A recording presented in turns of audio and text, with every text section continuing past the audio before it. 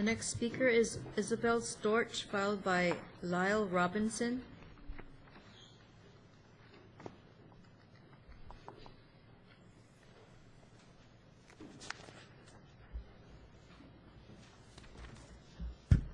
Aloha, Mr. Chairman and members of council. Thank you for letting me speak to you today on this matter. My name is Isabel Storch, and I operate a small family farm on Kauai.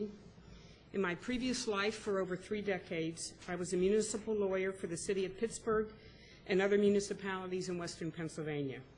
I wish to address the mayor's rationale for vetoing the bill. He based his decision on the so-called legal issues raised by the county's attorneys.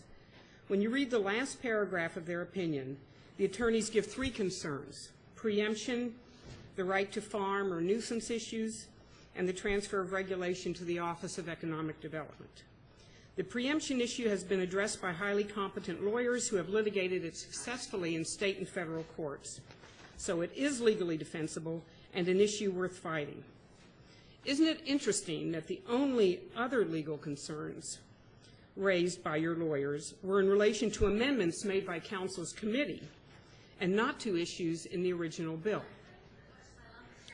I understand that the lawyers were present in those committee meetings, so one has to ask whether they advised the committee of their legal concerns at that time. If they didn't, they should be dealt with accordingly. If they did the committee share that information with the rest of council before you voted on it?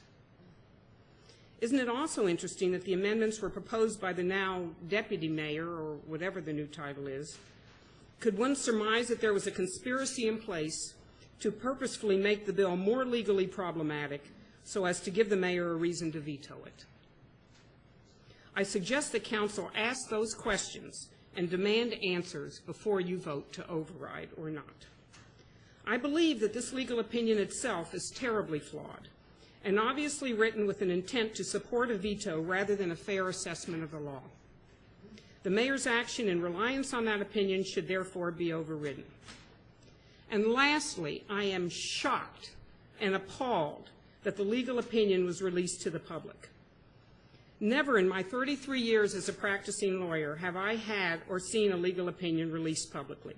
It just is not done. Furthermore, the lawyers have an ethical duty to their clients to advise of the repercussions in doing so. Did your lawyers do this? Council should demand an answer. Thank you for your comments.